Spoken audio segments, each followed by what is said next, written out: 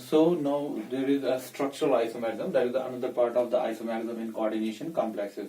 Last lecture में हमने देखा आइसोमेरिज्म में स्टीरियो आइसोमेरिज्म जो स्पेस आइसोमेरिज्म होता है। अब इसमें ये बचा था थोड़ा सा स्ट्रक्चरल आइसोमेरिज्म। स्ट्रक्चरल आइसोमेरिज्म में क्या होता है?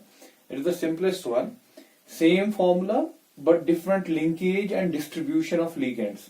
दैट मीन्स फॉर्मूला सेम है, लेकिन लिंकेज लिगेंड्स कैसे डिस्ट्रीब्यूट किए गए हैं, उनकी बॉन्डिंग कैसे है, वो थोड़ी सी डिफरेंट है, जिसकी वजह से इनका स्ट्रक्चर डिफरेंट हो जाता है। तो ओवरऑल हम कहते हैं इनको स्ट्रक्चरल आइसोमेरिज्म। नाउ इसकी जो टाइप्स हैं, first of all we take इसका पहला type, that is ionisation isomerism. Ionisation isomerism देखिए इसमें डिफरेंस क्या है। आपके पास एक कंपाउंड है, कंपाउंड में बना रहा हूं प्लैटिनम NH3 2Cl2 Br2। ये एक कोऑर्डिनेशन कॉम्प्लेक्स है जिसमें मेटल प्लैटिनम है और लिगेंड है अमोनिया 2 और क्लोरीन 2। जो ब्रोमीन है वो कोऑर्डिनेशन स्फीयर के बाहर है, दैट मीन आयोनाइजेशन स्फीयर में है। इस पार्ट को हम बोलते हैं कोऑर्डिनेशन स्फीयर, इसको बोलते हैं आयोनाइजेशन स्फीयर, जो हमने पीछे पढ़ा है। ये जो पार्ट होता है, this is the coordination sphere and this part is the ionisation. This is coordination sphere and इसको हम बोलते हैं आयोनाइजेशन स्फीयर। अब इसका आइसोमर देखिए, इसका जो दूसरा आइसोमर है, आइसोमर इसका बराबर ऐसे ही प्लैटिनम अमोनिया Br2 Cl2। ये ब्रोमीन अंदर है और क्लोरीन बाहर चला गया। दैट मीन अब इनमें डिफरेंस क्या है इन दो चीजों में? इसमें आयोनाइजेशन स्फीयर में ब्रोमीन है और इसमें आयोनाइजेशन स्फीयर में क्लोरीन है। बाकी अगर और ओवरऑल फॉर्मूला देखेंगे वो सब कुछ सेम है। So this type of isomerism is known as ionisation isomerism, जिसमें फॉर्मूला सेम है लेकिन आयोनाइजेशन स्फीयर दोनों में डिफरेंट है, बट फॉर्मूला इज सेम। तो इसको हम कहते हैं आयोनाइजेशन आइसोमेरिज्म। ऐसी आपको बहुत सारी एग्जांपल्स मिलेगी, ये बहुत आसान से डिपिक्ट हो जाता है कि कहां पर आयोनाइजेशन आइसोमेरिज्म है। आपको फॉर्मूला सेम है लेकिन आयोनाइजेशन स्फीयर डिफरेंट है। चलिए दूसरा वाला, ये एक टाइप हो गया। दूसरा टाइप देखिए इसका, second one, this is hydrate isomerism.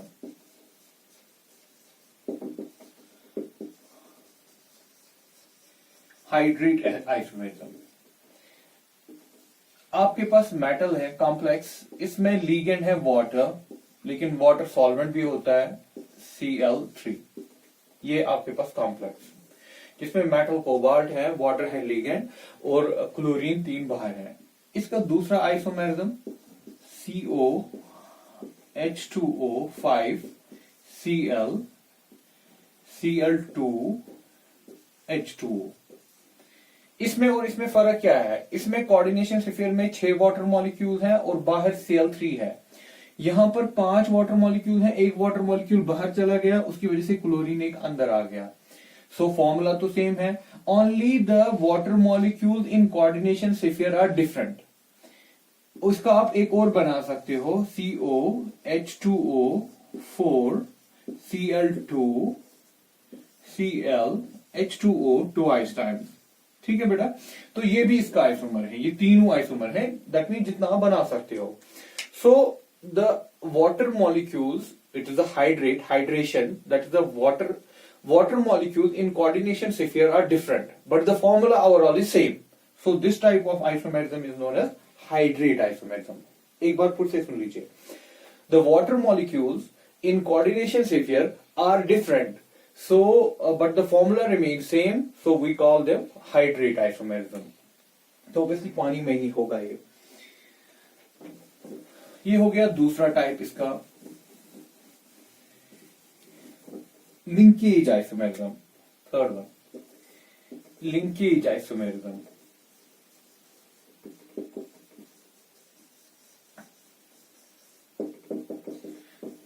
Linkage isomerism में हमारे पास एग्जाम्पल हम ले रहे हैं CO NH3 NO2 Cl2, ये एक कॉम्प्लेक्स है, कोऑर्डिनेशन कॉम्प्लेक्स है। इसका isomer CO NH3 3 times ONO Cl2, इन दोनों की फॉर्मूला सेम है, लेकिन इस वाले में ये जो पहला कॉम्प्लेक्स है इसमें ये मेटल, ये जो लिगेंड है NO2, ये इसके साथ जुड़ा है N से, दैट मीन्स यहां पर लिगेंड है NO2 नाइट्रोजन से, लेकिन यहां पर लिगेंड है ONO, तो लिंकेज डिफरेंट है। लिगेंड जुड़ा है नाइट्रोजन से, यहां पर लिगेंड जुड़ा है O से, तो ऑब्वियसली ये जो लिंकेज आइसोमेरिज्म होगा ये वहीं पर होगा जहां पर आपके लिगेंड्स कौन से होंगे, जो मैं आपको पहले भी बता चुका हूं, एम्बिडेंटेट लिगेंड्स। एम्बिडेंटेट लिगेंड होता है जिसमें दो डोनर साइट्स है लेकिन देता एक ही से है, जैसे कि NO2 है जिसमें नाइट्रोजन भी दे सकता है ऑक्सीजन भी दे सकता है, लेकिन एक टाइम पे एक ही देता है। अगर इस कॉम्प्लेक्स में नाइट्रोजन ने बॉन्ड दिखाया, इस कॉम्प्लेक्स में ऑक्सीजन ने इसके साथ लिंकेज दिखाई, दैट मीन यहां नाइट्रोजन लोन पेयर दे रहा है, यहां पर ऑक्सीजन लोन पेयर दे रहा है, लेकिन फॉर्मूला तो कोई असर नहीं पड़ेगा। तो NO2 केसेस में आप ऐसा देखोगे, साइनाइड में आप ऐसा देखोगे कि कार्बन दे रहा है कि नाइट्रोजन दे रहा है। थायोसाइनाइड से आप देख सकते हो, जो कि एम्बिडेंटेट लिगेंड्स के एग्जांपल्स में आता है। तो यहां पर आपके पास लिंकेज आइसोमेरिज्म आने के चांसेस हैं। आइसोमेरिज्म अगेन की फॉर्मूला सेम है, लेकिन कुछ लिंकेज विंकेज डिस्ट्रीब्यूशन डिफरेंट है, तो यहां पर तो लिंकेज ही डिफरेंस है। तो ये हो गया थर्ड, ये जनरली उन्हीं में होता है और इस पे क्वेश्चन आप पूछे भी जाते हैं जहां पर एम्बिडेंटेट लिगेंड हो, तो आपको एम्बिडेंटेट लिगेंड्स के बारे में पता होना चाहिए। Now the fourth one, coordinate, that is coordinate isomerism. Coordinate isomerism, इस कोऑर्डिनेट आइसोमेरिज्म में डिफरेंस क्या है, चलिए देखिए, मेरे पास एक ये है CO NH3 6 क्रोमियम साइनाइड 6, ये एक ही कॉम्प्लेक्स है। हाँ, थोड़ा सा डिफरेंट तरीके का है, जिसमें आपके पास काउंटर आयन भी कॉम्प्लेक्स ही है। इनकी एग्जांपल्स मैं आपको पहले भी दे चुका हूं नोमेनक्लेचर में। ये एक ही कॉम्प्लेक्स है, लेकिन इस कॉम्प्लेक्स में काउंटर आयन भी कोऑर्डिनेशन सिफियर जैसा है, सिंगल कॉम्प्लेक्स। और इसका आइसोमर देखिए, यहां पर कोबाल्ट के साथ अमोनिया था, अब कोबाल्ट के साथ साइनाइड रखेंगे, और यहां पर क्या हो गया, क्रोमियम के साथ अमोनिया रखेंगे। ये भी एक ही, पूरा सुन लीजिएगा, एक ही कॉम्प्लेक्स है। ये कॉम्प्लेक्स है, ये कॉम्प्लेक्स है, आपस में आइसोमर्स है। इनमें फर्क क्या है, इसमें लिगेंड्स एक्सचेंज हो जाते हैं, दैट मीन इसमें मेटल कोबाल्ट के साथ था अमोनिया, क्रोमियम के साथ था साइनाइड, लेकिन अब लिगेंड्स एक्सचेंज हो गए। एक्सचेंज का मतलब कोबाल्ट के साथ अब साइनाइड है और क्रोमियम के साथ अमोनिया है। So in this way this is an isomerism. Formula इसकी और इसकी सेम है, बट द कोऑर्डिनेट तरीका जो है ना लिगेंड्स का मेटल्स के साथ, वो डिफरेंट है। So this type of isomerism is known as coordinate isomerism. तो ये कुछ एग्जांपल्स मैंने दी, कुछ टाइप्स दिए स्ट्रक्चरल आइसोमेरिज्म के, लेकिन इनको पहचानना बहुत आसान होता है। तो विद इन सेकेंड्स आप इसको पहचान सकते हो कि कहां पर कौन से आइसोमेरिज्म बताया गया है। आपको पहचानना होगा, एग्जांपल्स दी होगी कि ये कौन से टाइप्स ऑफ आइसोमर है, तो आप ये बता सकते हो। This is all about the isomerism. तो यहां पर हमारा ये सारा खत्म हो गया। अब कुछ एग्जाम्पल्स, कुछ पॉइंट्स में बताता हूं, जब आप आइसोमेरिज्म पे क्वेश्चन सॉल्व करेंगे तो क्या क्या चीजों का ख्याल रखना है आपको, वो आप देख लीजिए। पॉइंट नंबर फर्स्ट, नोट करके रखिएगा इन चीजों को। Tetrahedral complexes does not show geometrical isomerism. At the and in points को याद रखिएगा, ये आपके न्यूमेरिकल क्वेश्चन सॉल्व करने में काम आएंगे। Does not show geometrical isomerism. जो टेट्राहेड्रल वाला होता है वो ज्योमेट्रिकल आइसोमेरिज्म नहीं दिखाता है, because all the positions are equivalent, because all the positions are equivalent, हर कोई पोजीशन बराबर होती है, तो इसमें सिस ट्रांस बताना पॉसिबल नहीं है।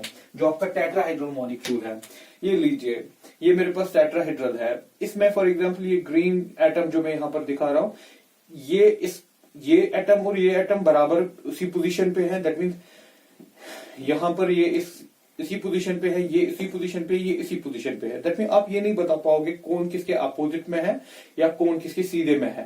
They are all equivalent positions. That mean ये जो ग्रीन एटम है, ये ग्रीन वाला भी इसको उतना ही बराबर है, और ये ग्रे वाला भी उतना ही बराबर है, और ये ग्रे वाला भी उतना ही बराबर है। So they are all equivalent positions, so we can't justify whether what is cis what is trans. तो इसमें सिस ट्रांस नहीं होता है। ये हो गया पॉइंट नंबर फर्स्ट। दूसरा पॉइंट नोट कीजिएगा, square planar complexes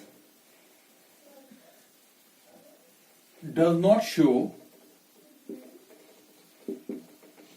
optical isomerism.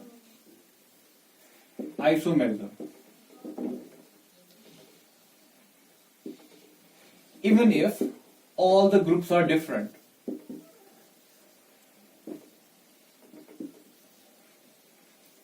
Even if all the groups are different. देखो बेटा, मेरे पास एक स्क्वायर प्लेनर कॉम्प्लेक्स है, ऐसे दिखाता हूं, M A B C D,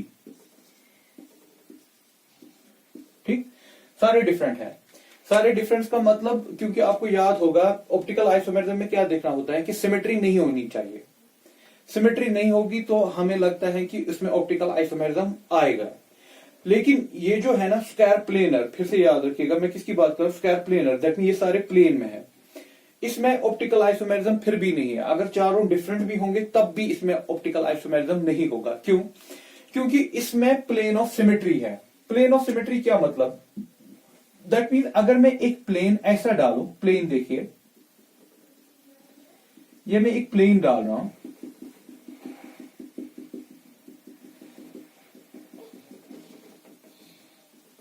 ठीक है,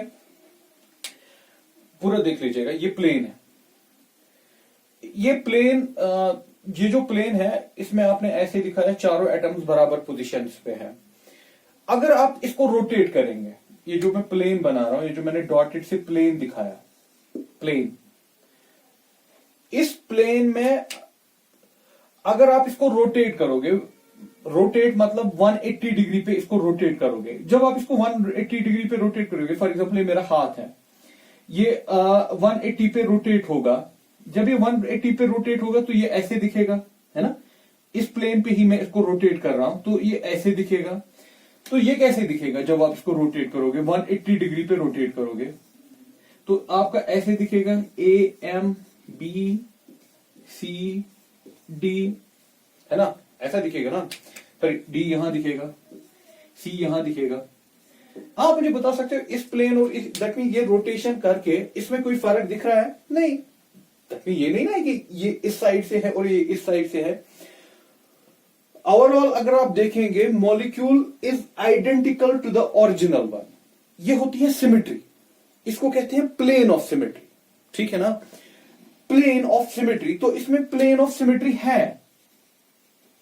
अब किसी भी चीज में जब सिमेट्री आती है तो वो ऑप्टिकली एक्टिव नहीं रहता, इसलिए हम कहते हैं कि square planar complexes optically active नहीं होते हैं। अगर चारों के चारों डिफरेंट ग्रुप्स भी जुड़े हैं तब भी नहीं, तब भी, क्योंकि ABCD इस प्लेन, जो ये बोर्ड का प्लेन है, इस पे ही मैंने इसको रोटेट कर दिया। रोटेट करने के बाद मुझे ये ऐसे दिख रहा है।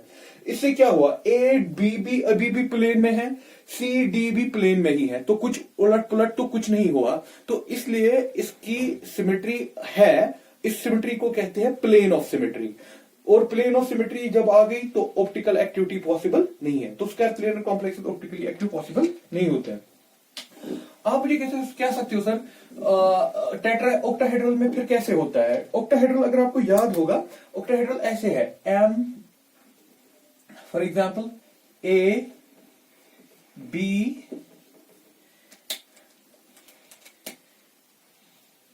सी डी ई एफ। देखो इसमें आपको पता होगा, ये मैंने कहा था, ये जो ये ऊपर वाला और ये नीचे वाला जो बॉन्ड होता है ये आगे और पीछे होता है, और ये चारों प्लेन में है। ये जो चार है सी डी ई एफ ये प्लेन में है, ठीक है ना, ये चारों प्लेन में है। तो इस प्लेन पे अगर आप इसको रोटेट करोगे ना, जब आप इसको रोटेट करोगे ये बी वाला पोजीशन ए ले जाएगा और ए वाला पोजीशन बी ले जाएगा। दैट मीन अगर हम इसको 180 डिग्री पे रोटेट करेंगे ना इस कॉम्प्लेक्स को, ये कॉम्प्लेक्स जो है, लेकिन ख्याल रखिएगा इसमें चार बॉन्ड्स प्लेन में है और ए और बी जो है ये प्लेन में नहीं है, एक आगे है एक पीछे है। तो ऑब्वियसली क्या है, तो जब आप इसको रोटेट करोगे ये आपको ऐसे दिखेगा, डी सी ए ई एफ, यहां आ जाएगा आपका बी, यहां आ जाएगा ए। दैट मीन अब ये ओरिजिनल जैसा नहीं है। तो इसमें रोटेशन के बाद जब आप प्लेन देखो रोटेट भी करोगे तब ये ओरिजिनल पोजीशन पे नहीं आएगा, तभी आइडेंटिकल नहीं दिखेगा, इसमें स्पेस में चेंजेस आ गए। तो एक जो ग्रुप आपका आगे आ रहा था वो अब पीछे चला गया, और जो पीछे चला गया था वो अब आगे आ गया, ऐसे करने से। तो ऑक्टाहेड्रल में प्लेन ऑफ सिमेट्री नहीं रहता, लेकिन इसमें प्लेन ऑफ सिमेट्री रहता है। जहां पर ऑक्टाहेड्रल में प्लेन ऑफ सिमेट्री होगा वहां पर हम डिस्कस कर सकते हैं, लेकिन यहां पर हम ओवरऑल ये कर रहे हैं कि ओवरऑल हम जनरल में ही कह देते हैं कि स्क्वायर प्लेनर में ये नहीं है, ऑप्टिकल एक्टिविटी नहीं है, क्योंकि इसमें प्लेन ऑफ सिमेट्री आ जाता है। चलिए देखिए, ये हो गया हमारा दूसरा पॉइंट। थर्ड पॉइंट जो मैं डिस्कस करने जा रहा हूं, अगर हमारे पास ऐसे है, पॉइंट नंबर थर्ड, सिस कंपाउंड है कोई हमारे पास, ये मैं आपको दिखा भी चुका हूं, फिर से याद रखिएगा इस चीज को, En2Cl2, ठीक, ये हो गया M, En इथिलीन डायमाइन, सिस वाला बनाना है, Cl, ये हो गया सिस वाला, ठीक है। अगर ट्रांस वाला देखेंगे, ट्रांस Cl En, देखिए इसमें सिमेट्री सीधे से दिख रही है। सिमेट्री दैट मीन अगर मैं ये ले लूं, ये साइड और ये साइड सेम है, एक्चुअल में सिमेट्री होता क्या है, आपको फॉर एग्जांपल अगर आप ऐसे देखोगे, ठीक है ना, सिमेट्री का मतलब ये जो मैं बीच में रख रहा हूं, ये अगर इसको 180 डिग्री पे रोटेट करेंगे, है ना, एक्सीस पे, जरूरी नहीं है प्लेन, वो तो मैं इससे पहले जो दिखा रहा था वो प्लेन ऑफ सिमेट्री था, आप एक्सीस भी देख सकते हो। फॉर एग्जांपल मैंने यहाँ पर एक्सीस डाल दी, जैसे ये जो दिख रहा है ना, ये येलो कलर का ये स्टिक जो मैंने डाल दी, ये एक्सीस है। इस एक्सीस पे मैं इसको रोटेट करूंगा, रोटेशन के पे क्या होगा, ये Cl यहां आएगा, ये Cl यहां आएगा, कोई फर्क पड़ा नहीं, मॉलिक्यूल ओरिजिनल जैसा ही दिखेगा। तो इसमें दैट मीन ऑप्टिकल एक्टिविटी नहीं है, लेकिन सिस वाले में ऐसा नहीं है, इसमें ऑप्टिकल एक्टिविटी है। ये मैं लास्ट में भी डिस्कस कर चुका हूं, पिछले वाली क्लास में भी, इसको याद रखिएगा। Optically active, this is optically inactive. ये हो गया थर्ड पॉइंट, इसको भी आप नोट करके रखिएगा। नाउ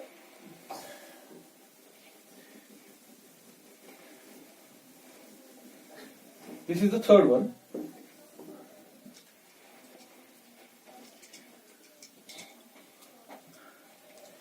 अगर हमारे पास ऐसे है कॉम्प्लेक्स Ma3B3, ठीक है, इसमें मैंने आपको कहा था, ज्योमेट्रिकल में मैंने आपको कहा था इसमें दो तरीके होते हैं, एक होता है फेशियल, एक होता है मेरिडोनियल। लेकिन मुझे इस वक्त ऑप्टिकल एक्टिविटी की बात करनी है, ऑप्टिकली एक्टिविटी दिखानी है इनकी। पॉइंट नंबर फोर्थ, इस टाइप ऑफ कॉम्प्लेक्स की, क्या ये ऑप्टिकली एक्टिव है कि नहीं। इसमें मैंने आपको कहा था आप क्या कीजिएगा, इसमें दो ज्योमेट्रिकल निकलते हैं, दो ज्योमेट्रिकल में इसको आप ऐसे रखते हो, फॉर एग्जांपल ए, ठीक है बेटा, ये हो गया बी, मुझे ये हो गया फेशियल वाला, फेशियल एक फेस ये है, एक फेस इनका है। तो मुझे बताना है कि इसमें ऑप्टिकल एक्टिविटी आएगी कि नहीं। अब ऑप्टिकल एक्टिविटी जब देखनी है तो ऑप्टिकल एक्टिविटी हम कैसे देखेंगे, हम देखेंगे प्लेन से। हम एक प्लेन डालेंगे। प्लेन देखिए मैं कौन सा प्लेन डालूंगा। अगर मैं ये वाला प्लेन डाल रहा हूं, एक्सीस नहीं कह रहा हूं, प्लेन कह रहा हूं। एक्सीस होती है लाइन।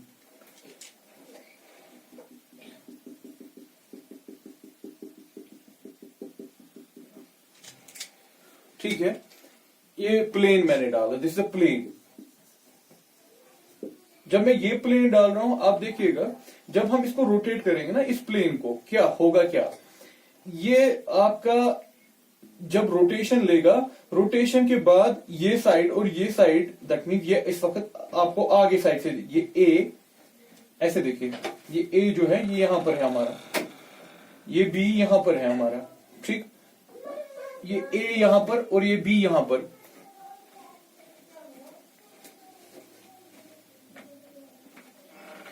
नाउ जब हमने इसमें ये प्लेन डाल दिया, प्लेन ऑफ सिमेट्री डाल दिया, तो इसमें क्या चेंज आई, इसमें चेंज कुछ दिख रहा है आपको?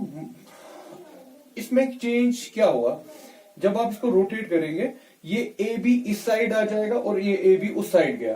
तो ओवरऑल आप मॉलिक्यूल को डिफरेंशिएट कर सकते हो जब आप इसको रोटेट करोगे? Obviously not, you can not distinguish it. आप इसको डिस्टिंग्विश ही नहीं कर पाओगे, क्योंकि आपको इस साइड क्या था, फॉर एग्जाम्पल आप ऐसे लीजिए, ये जो आपने प्लेन लिया, इसके आगे था आपका ए बी और इसके पीछे क्या था, ए बी। लेकिन जब आप इसको रोटेट करोगे तो आपको ए बी और ए बी पीछे से भी दिख रहा है, so you can't distinguish it. तो इसमें सिमेट्री है, प्लेन ऑफ सिमेट्री है इसमें, तो ऑप्टिकली इनएक्टिव। अब इसका दूसरा टाइप देखते हैं। दूसरा टाइप इसका ऐसे था, चलिए पहले इसको मैं आपको यहां पर दिखाता हूं। ये लीजिए इसकी बात, जिसमें आपके पास ये जो ये सेंटर में है और ये तीन एक फेस दिखाते हैं और ये तीन एक फेस दिखाते हैं।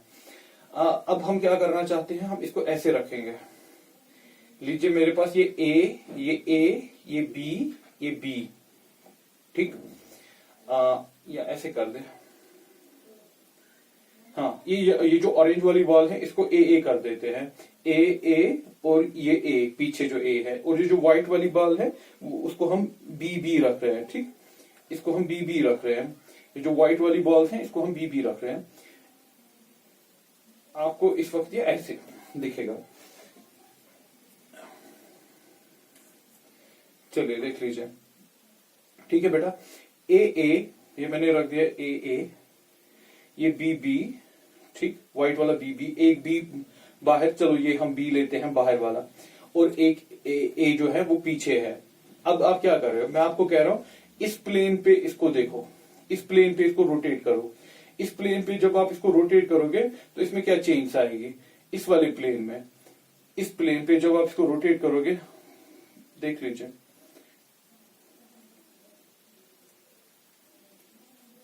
इस प्लेन पे क्या है, ये जो येलो प्लेन किस में जा रहा है, इस ऑरेंज वाले में जा रहा है, और ये ऑरेंज और ये ऑरेंज, ये व्हाइट, सॉरी ये ऑरेंज और व्हाइट। अब आगे क्या है, ये आपका दिख रहा है और ये व्हाइट बॉल दिख रही है। अगर मैं इसको रोटेट करूं तो आपको क्या दिखेगा, आपको जो ये पीछे वाला सा ऑरेंज और व्हाइट है ना, ये वाला आगे आ जाएगा। दैट मीन अल्टीमेटली मॉलिक्यूल्स में कोई फर्क पड़ा ही नहीं। That mean overall it's optically inactive. इसमें प्लेन ऑफ सिमेट्री है। चलिए इसका दूसरा वाला बनाते हैं। जब इसका दूसरा वाला बनाएंगे, ए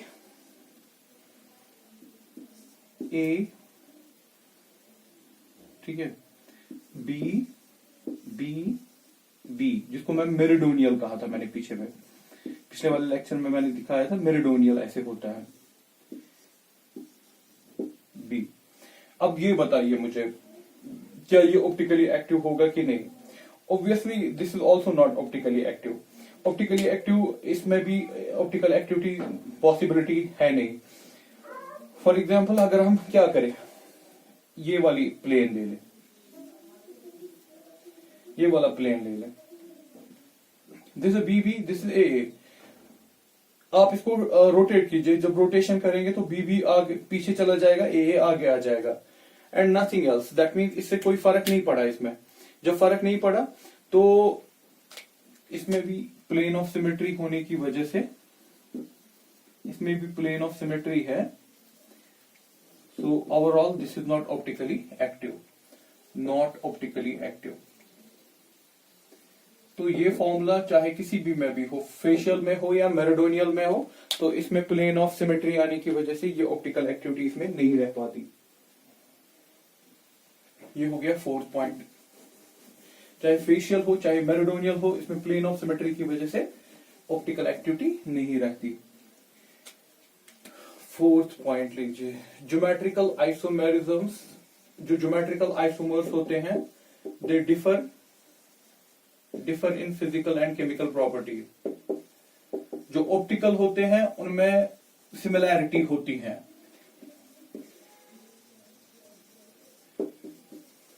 जो ऑप्टिकल आइसोमर्स होते हैं उनमें सिमिलैरिटी होती है बहुत सारी फिजिकल और केमिकल प्रॉपर्टीज में। वो सिर्फ लाइट को एक राइट साइड से और एक लेफ्ट साइड से रोटेट करता है, उसमें most of the physical properties और केमिकल प्रॉपर्टीज मैच होती हैं। लेकिन ज्योमेट्रिकल आइसोमेरिज्म में क्या होता है, फिजिकल और केमिकल प्रॉपर्टीज डिफरेंट होती है।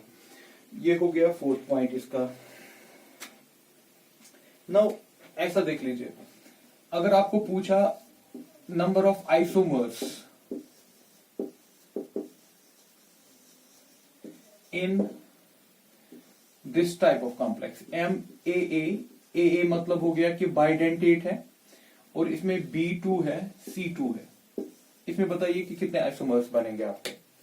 चलिए बनाते हैं, आइसोमर्स देखते हैं कितने बन सकते हैं। स्ट्रक्चरल तो छोड़ दीजिए, स्ट्रक्चरल में यहां पर हम नहीं बता सकते, लेकिन स्टीरियो बता सकते हैं, ज्योमेट्रिकल और ऑप्टिकल। अगर आपके पास ऐसे है MAA, ये बाइडेंटेट है, दैट मीन लिंक है, BC,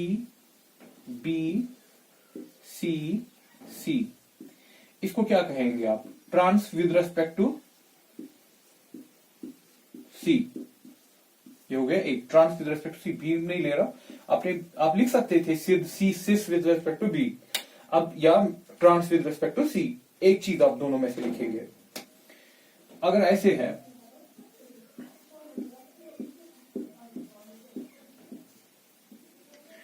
अब CC को यहां रखेंगे, trans with respect to P या cis with respect to C, आप ऐसा कह सकते थे। इसमें क्या इसमें ऑप्टिकल एक्टिविटी होगी इन दोनों में? नहीं, इसमें नहीं होगी, क्योंकि देखिए अगर मैं इसको बीच में काटूं,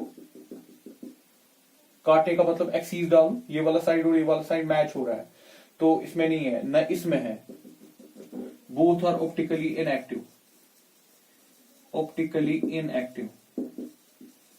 जरा एक सिस वाला बनाते हैं, A B C। This is cis with respect to C, this is cis with respect to B, है ना, दोनों साइड से सिस ही है। Cis with respect to C, this is C, cis with respect to C B। क्या ये अब optically active हो सकता है? हाँ, इसमें सिमेट्री नहीं है। अगर आप इसको देखोगे डिफरेंट तरीकों से, आप इसको देखने की कोशिश कीजिएगा, इसमें सिमेट्री नहीं आएगा। जब इसमें सिमेट्री नहीं आएगा, so it is optically active. अब अगर ये ऑप्टिकली एक्टिव है तो इसका दूसरा एनेंशियोमर भी होगा, अगर ये डेक्स्ट्रो होगा तो इसका लैबो भी होगा, मिरर इमेज होगी।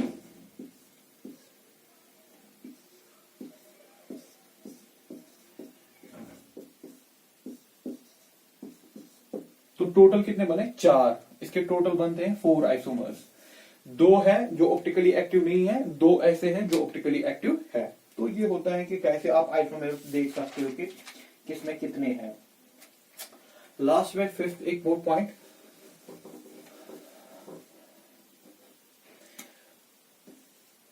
निकल, ऑल्दो हमने ये डिस्कस किया, लेकिन फिर भी एग्जाम्पल पे देख लीजिए, CH3Cl2, क्या ये ज्योमेट्रिकल आइसोमेरिज्म दिखाएगा?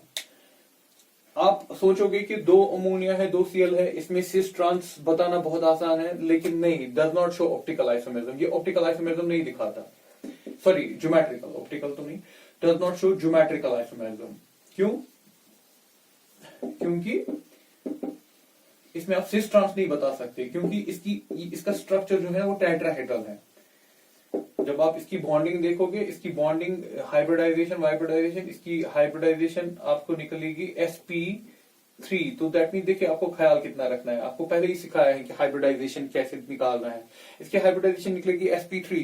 जब sp3 निकलेगी इसका स्ट्रक्चर टेट्राहेड्रल होगा, और मैं आपको पहले ही कह चुका हूं टेट्राहेड्रल में आप नहीं बता सकते कि क्या सिस है क्या ट्रांस है। तो this is all about some questions regarding, इन चीजों पे ख्याल कीजिए, इसको प्रैक्टिस कीजिएगा तो आपको आ जाएंगे कि कैसे बताना है कि कौन से कितने आइसोमर्स निकलते हैं भी आइसोमेरिज्म के नहीं है। This is all about the coordination chemistry. तो यहाँ पर कोऑर्डिनेशन फुल खत्म हो गया।